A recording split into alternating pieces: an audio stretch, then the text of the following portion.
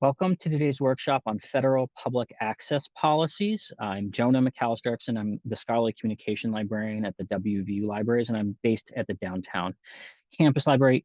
Today's workshop will focus primarily on the National Institutes of Health public access policy for peer-reviewed materials, but I will touch on policies from several other agencies that have gone live and will be coming up through the rest of this year. So there's some important definitions and terms that the NIH and the other agencies use in their policies. The three that I wanted to call out for today are the author's accepted manuscript, which is the final peer-reviewed version of a publication, including all the revisions. And that includes any associated tables, graphics, supplemental materials. That's also called a postprint in some circles. The official date of publication is the date on which the final published article, that's with all of its editing and copy editing, first appears in its final form that can be either online or in electronic format. And that can include things that are titled in press or forthcoming on the journal's website, depending on how that particular journal functions in their publication process. So it'd be when that final version first appears online, generally speaking, online. And then the final published version of the article, also known as the version of record, is the journal's final copy edited, formatted version of the article, which should have the same content as the accepted manuscript, but would look a little bit different, generally speaking. And there's a link to the NIH public access policy definitions in there. And I will add in a copy of this slide deck to the chat and share it with Jody and Carrie after I'm done with the presentation.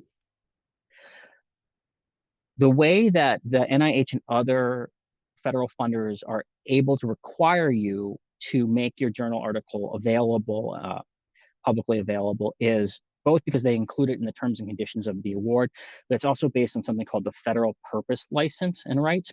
And that's been around in its current form since the 1970s. And so when you sign your agreement, or WVU signs your agreement for NIH funding, you agree that the NIH has the right to reproduce, publish, or use your published works for federal purposes and to authorize others to do so. So they've incorporated that public access requirement into the terms and conditions, that they've also have this sort of general federal use license for anything that the federal government is paying for.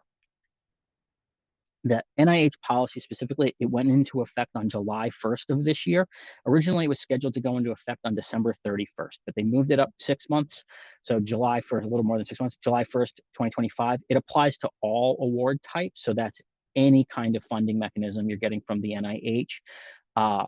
In comparison, the data management sharing policy only applies to the kinds of grants that would generate scientific data. This applies to any grant or award.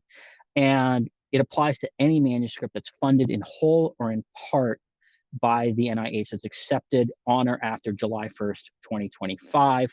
There is an exception to that, which I will use this visualization to talk about. If your award had already closed prior to July 1 of this year, you are still subject to a public access mandate, but that is the 2008 public access mandate. So that allows you to have up to that 12-month embargo. So all active awards on July 1 are covered by this policy. And then the other important distinction is, when was your article accepted for publication? So anything that's been accepted on or after July 1st is subject to the new immediate public access policy. Something that was accepted before July 1, again, that 2008 policy, and that's regardless of when you submitted it to the journal. I know, it can take quite a long time for something to work its way through the peer review process and to finally be accepted. 6 months, a year is not unheard of, sometimes even longer.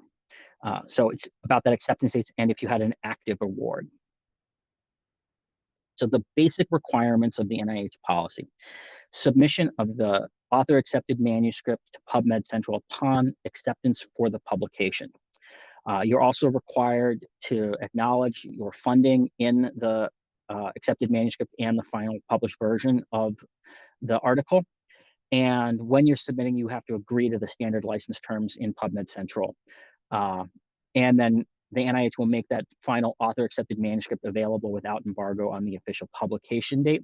That submission requirement for the author's accepted manuscript is the same as the requirement in the 2008 public access memo or policy. That was actually a surprise to me. I used to work on several uh, journals that were indexed in PubMed Central, and we always submitted everything at the end of when we finally would release that final published version. That is still an option, but technically everybody was supposed to be submitting their author's accepted manuscript at the time of acceptance to PubMed Central. And now it's going to be more important than ever because the NIH wants your article uh, submitted to PubMed Central with enough time for them to process it and then release it at the official publication date.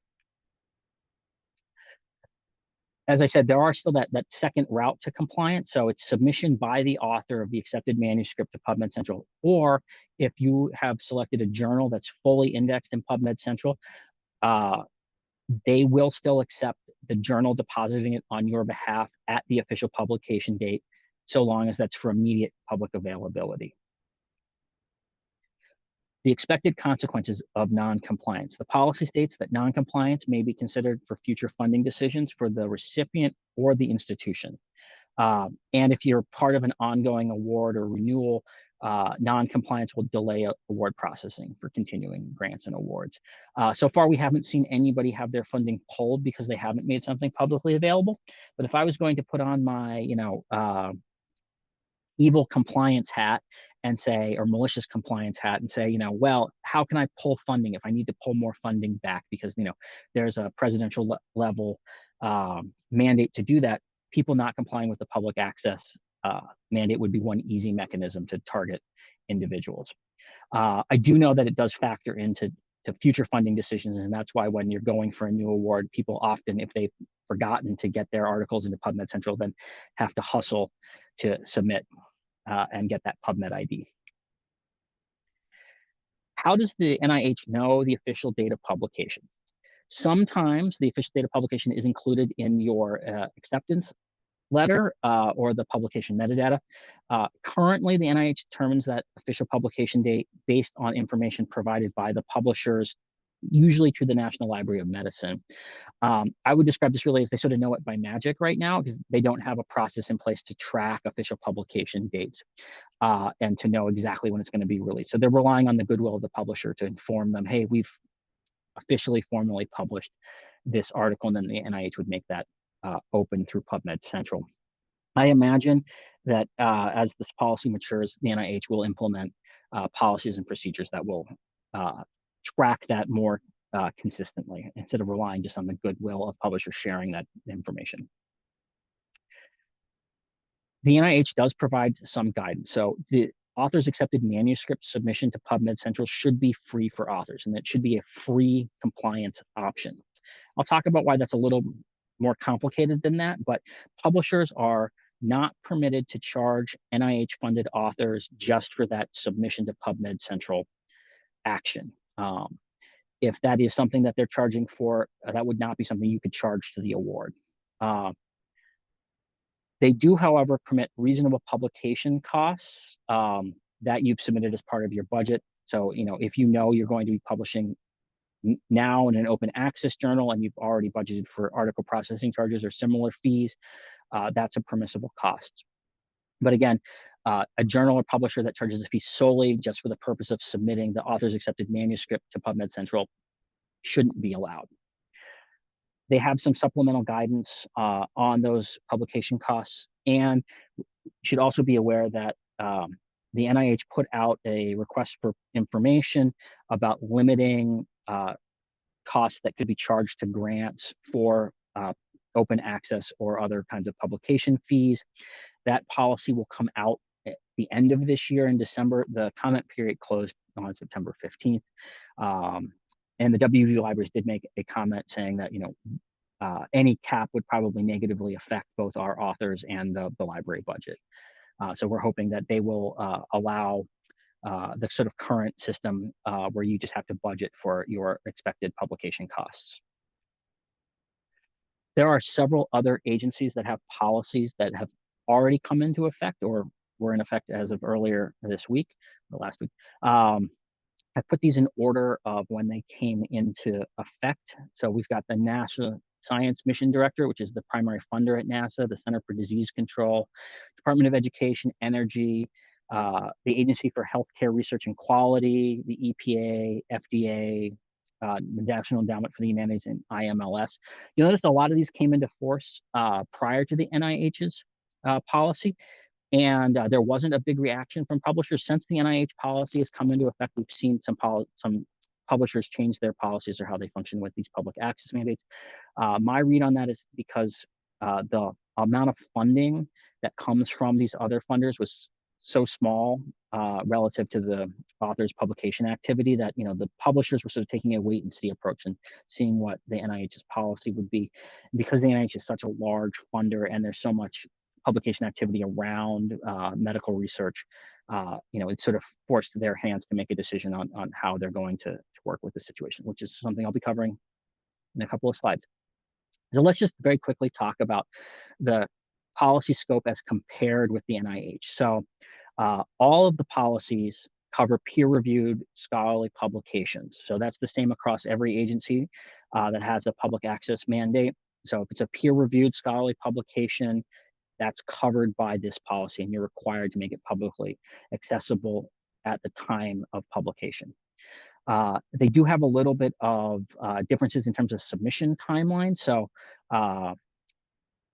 AHRQ, CDC, etc., along with the NIH, want you to submit the author's accepted manuscript upon acceptance. The EPA, significantly different. It's within 30 days of official publication. The FDA, and what is both helpful and frustrating, says as soon as practical. So, there's no hard guidance there. And then the Institute for Museum and Library Services is no later than the date of publication.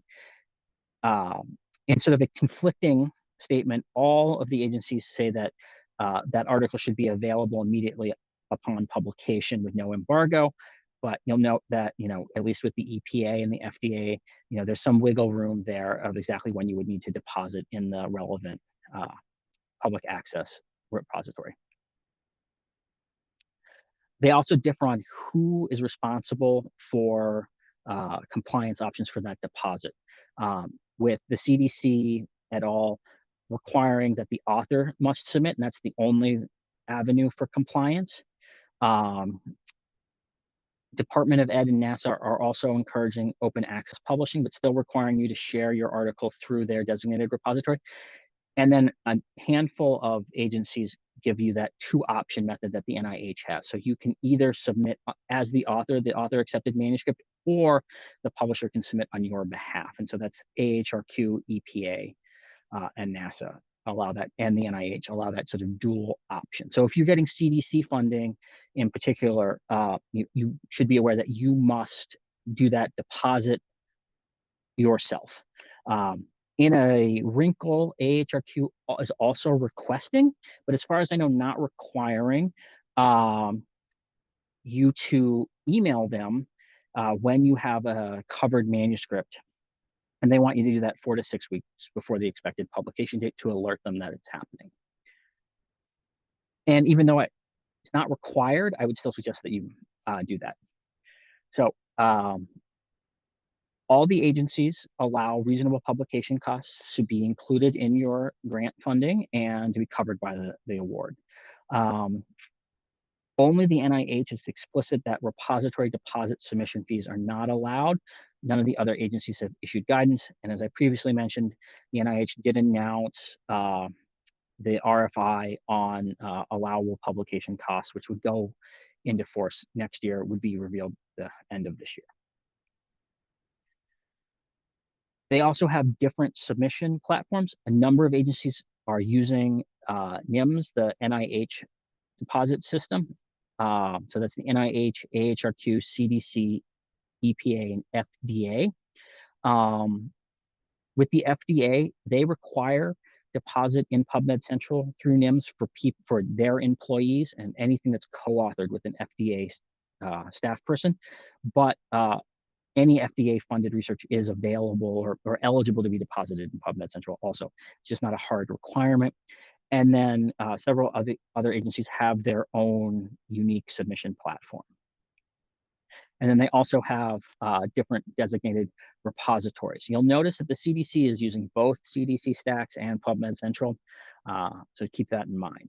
And again, most medical research, so the NIH, AHRQ, et cetera, would go into PubMed Central, and that would be the place where you would find and access those articles.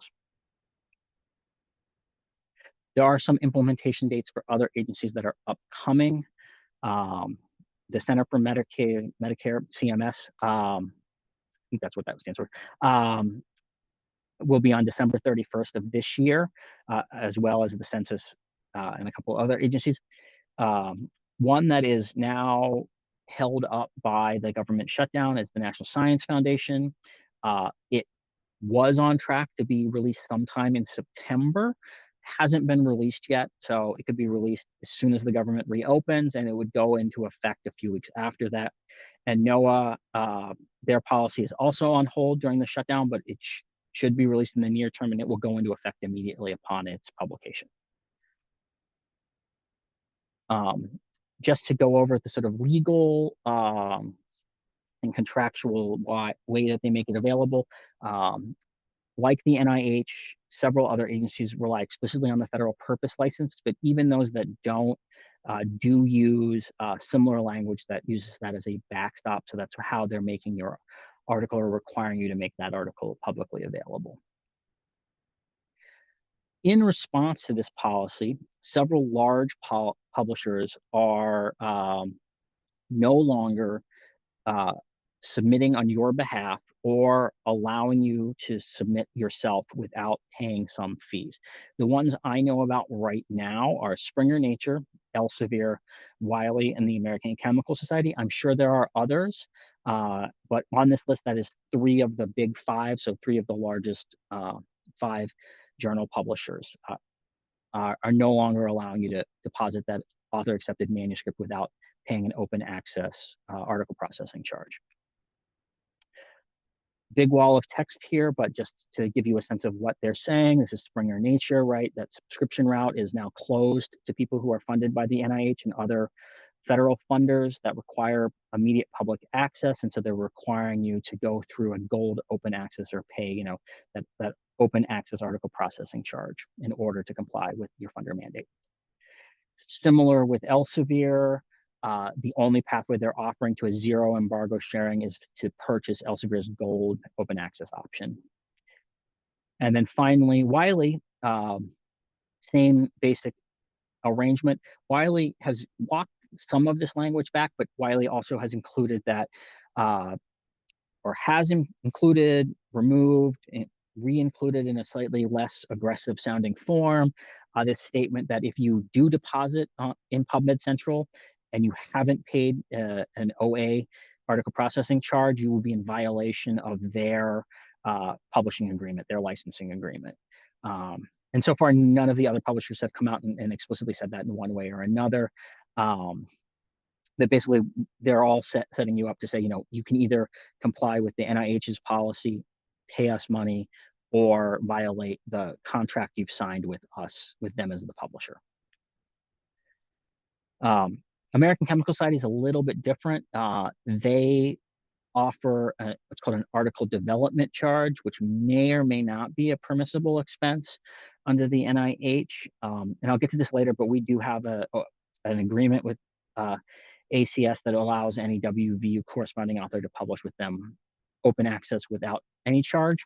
So that's one of the things I will suggest that you look at when you're selecting publishers is, do we have an agreement with them? Related to that, most of these large publishing houses have stopped doing that deposit on your behalf for funded options. And so there are 4 ways that articles get into PubMed Central. One is that the journal deposits all articles it publishes, and they're made publicly available and free at the same time the journal article is published, the journal issue is published. Then there's some do selective deposits, so anybody covered by the NIH mandate would get deposited. And then finally, there's authors doing it themselves and the publisher doing it on a one-off basis on behalf of the author. So as far as I know, all the publishers that are currently now demanding that you only publish open access, will not do deposits on your behalf unless it's through an open access journal. The NIH has a list of journals and publishers that continue to work with the NIH to submit publications on behalf of authors. So when you're thinking about, what journals are you going to target with a manuscript, I would look at that list also. It's also unclear right now whether publishers will be automatically routing papers that indicate that they have NIH or other federal funding support to a open access payment only publishing route.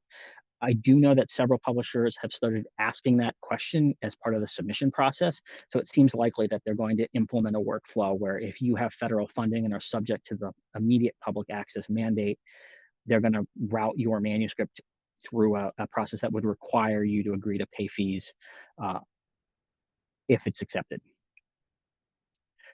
There are, however, some publishers and some important publishers that have continued to allow authors to comply with the NIH mandate without the payment of fees. So JAMA and the JAMA network, you can still deposit the author accepted manuscript without any additional payment or publishing open access with JAMA. Mary Ann Liebert, which is part of SAGE, is the same. And then SAGE, which is one of the big five, it's the smallest of the big five, but SAGE as a whole has agreed that authors can continue to submit their manuscripts without payment. And Penn State maintains a list of publishers that allow green OA without an embargo.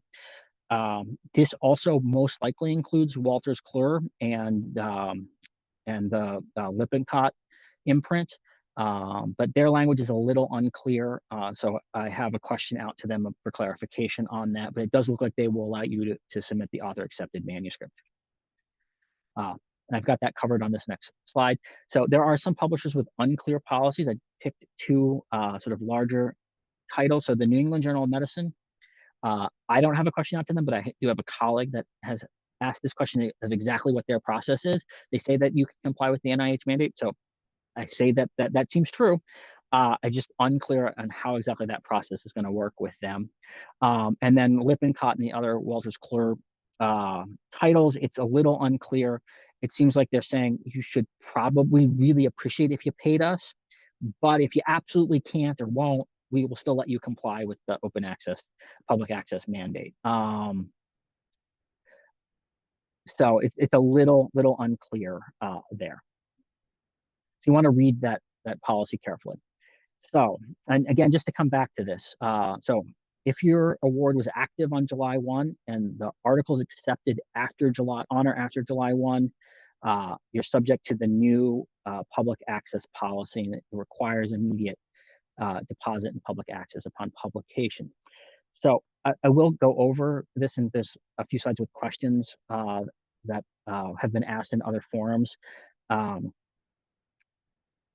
You submitted a journal article, right? It took forever to process, or you were paying attention to the policy and thought it wasn't coming in effect until December, right? It's got accepted. Now you're subject to this public access mandate, and you don't have it budgeted for, the $2,500 to pay for the article processing charge to make that article open access. What do? My general advice would be to ask for a waiver from the journal. They make waivers available. Everybody knows this is a new policy, and it's caught a lot of authors off guard with it. And so far, I've seen several journals, even if they don't formally have a policy saying they will accept give you a waiver, that they've been willing to accommodate authors, right? They want to have people continue to submit manuscripts and publish with them. The other option is to really try to play hardball and say you'll withdraw your manuscript, even though you've gone through all of the work on your side to get it peer reviewed and make those revisions. And that has worked in a couple of instances that I'm aware of. And we'll talk a little bit more about what your other options might be with that. So a common question that I've seen here and other places is, are authors accepted manuscripts okay to post to PubMed Central, right? The new policy says yes, but are publishers on board with that? And it really is a question of okay with whom, right? Well, the NIH certainly welcomes and in fact requires it, right? Whether publishers will object When you've done that, in contravention of their policy is another matter, and we'll have to wait and see how publishers react if that does in fact become something that people are doing. Related to that, do we know if a publisher has taken any action against an author for publishing without paying a fee and still depositing that accepted manuscript in PubMed Central in violation of the publishing agreement? So far, uh, I'm not aware, and colleagues I've consulted with are not aware of anybody, any publisher taking public actions against authors so far. I would suspect that they won't take like a major public action like suing you, violating the contract, but I would not be surprised if we start seeing letters to authors demanding payment or requesting payment. If they didn't already pay an open access fee and deposited in PubMed Central. And in fact, both Elsevier and Springer Nature now have procedures in place to retroactively accept payment to make your article open access if it was published in a subscription route and subject to the public access mandate. And what I have seen and talked to authors personally about this is I have seen an accepted manuscript that's subject to that public access policy being held.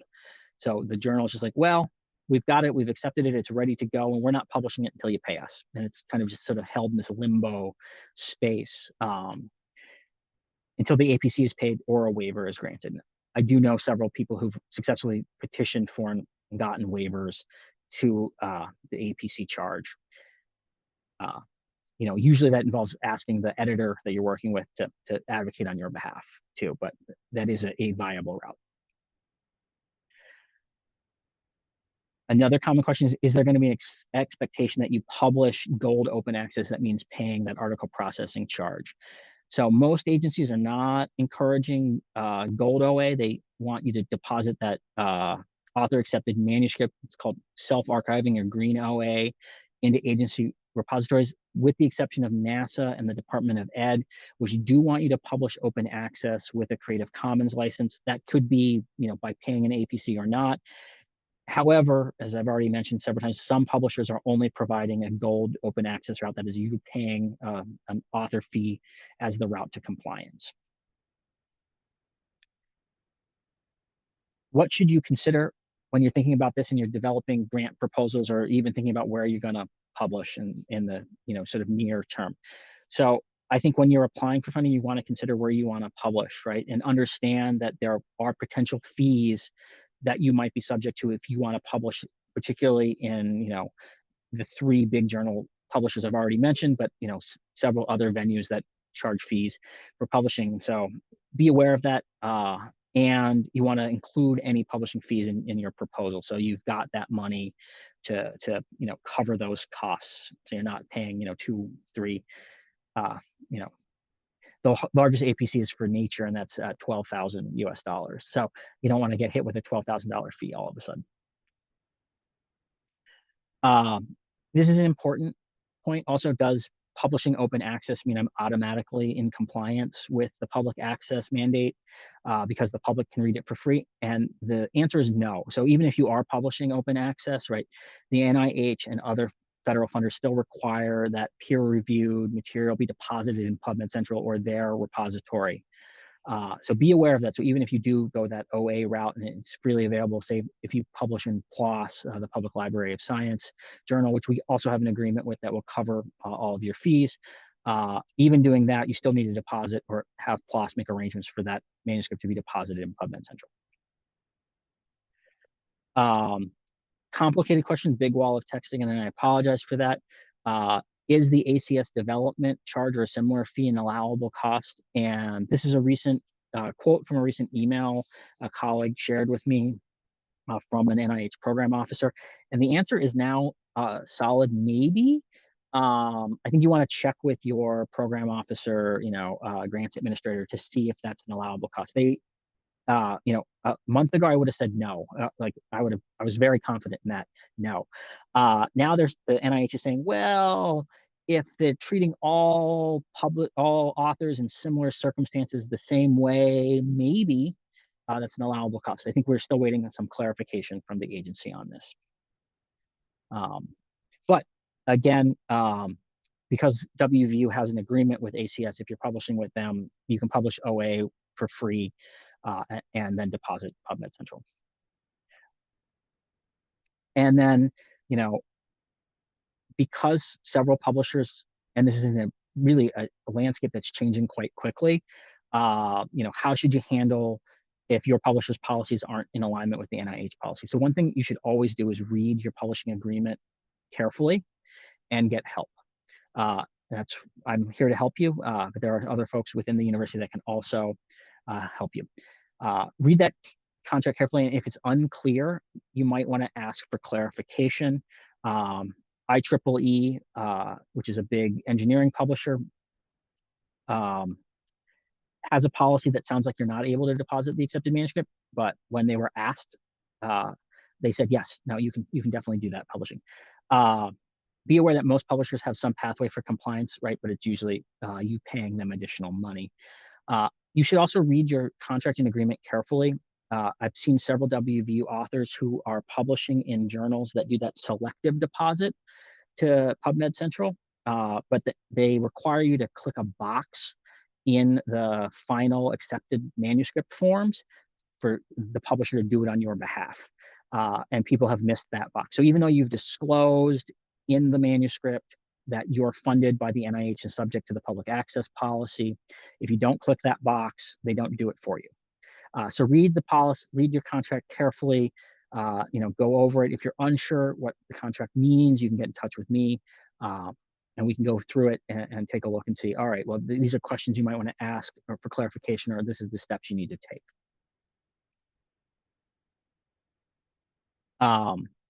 I can provide guidance around how you should negotiate with publishers to retain that self-archiving right, but you should also be aware that a lot of publishers have now added a click-through agreement at the point of submission. It's really complicated to negotiate at that point where you're just trying to get them to even look at your manuscript. My general advice is you want to vote with your feet by both potentially considering withdrawing your article if they're not going to allow you to comply with the public access mandate, but then also principally targeting publishers that continue to allow you to deposit that author accepted manuscript without the payment of additional fees. So that's, you know, putting Sage above Wiley, Springer, and Elsevier, you know, in terms of places where I would target for venues for publication, in addition to, you know, JAMA and the New England Journal. You can try attaching the Spark author addendum to any publication agreement and see if that will work. You know, a colleague of mine from the University of Minnesota described that sort of as a war of contracts. So it's a good place to start and thinking about what rights you want to retain, but that might not work from just a technical standpoint.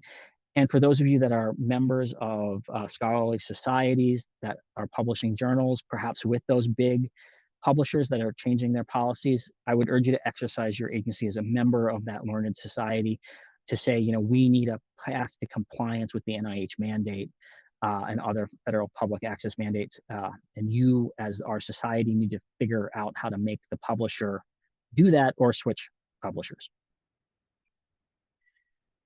So it's just some general suggestions from me. You should be prepared to pay APCs as part of this compliance process. I know a lot of you are already doing that.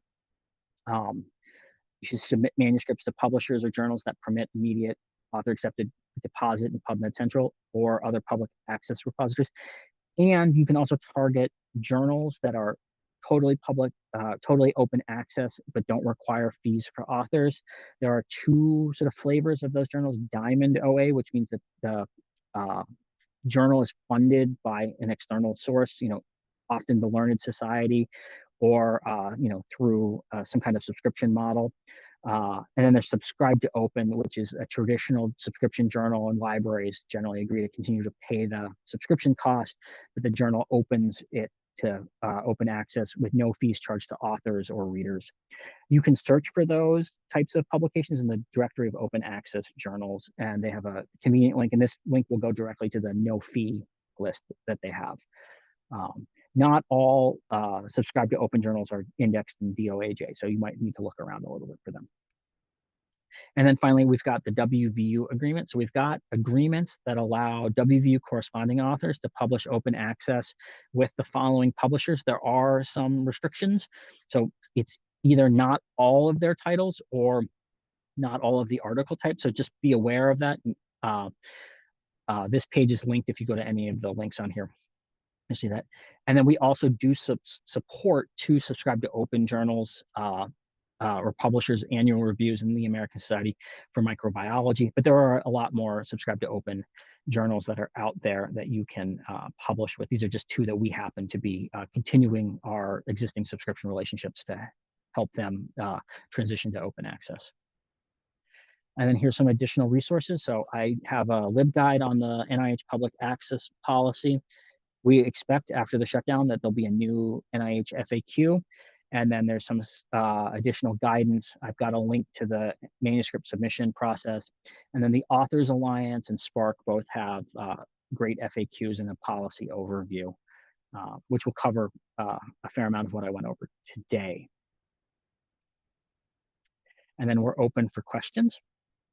I do have my contact information, but I'm going to stop sharing so that I can see all of you. And I'll also attach a copy of this slide deck in the chat.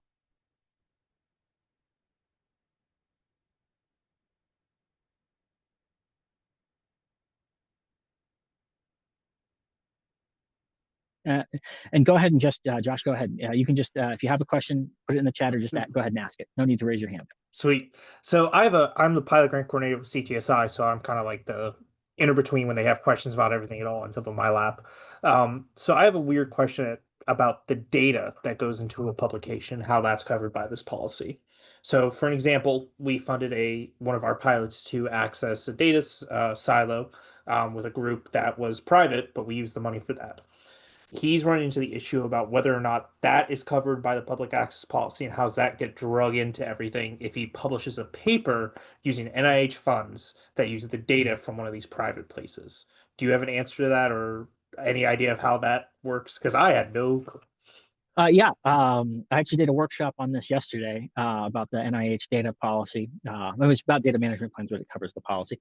So there is a carve out in the data sharing policy, and the data sharing policy is separate but related to the public access policy. The public access policy only covers peer-reviewed publications, and then the data policy covers data both for publications and any data you generate or collect as part of the award.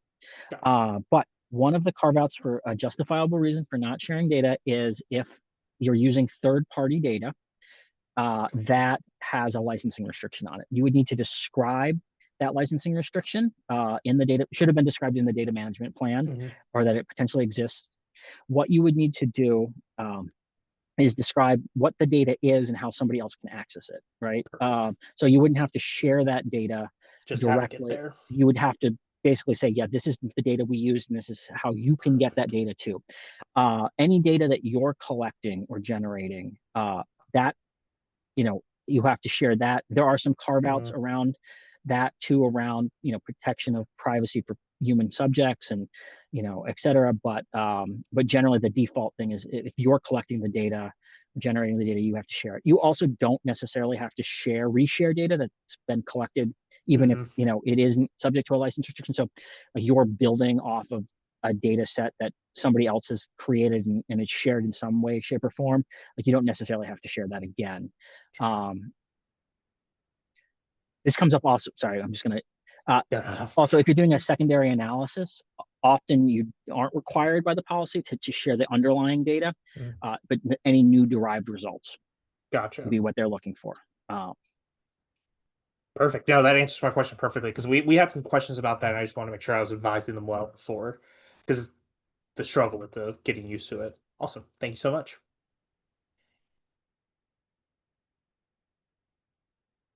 And I have put the PDF of the slide deck in the chat.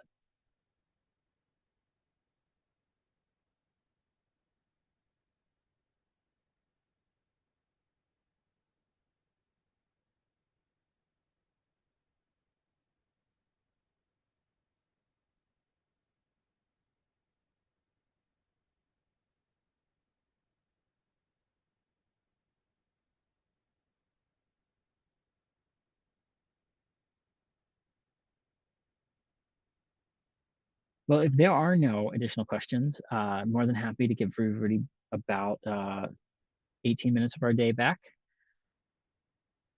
And again, I'll stick around for another minute or two. And if you have any questions, please feel free to ask them either in the chat or just unmute yourself.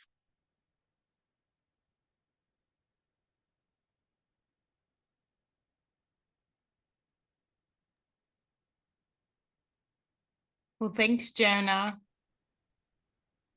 Jody, you probably can stop recording.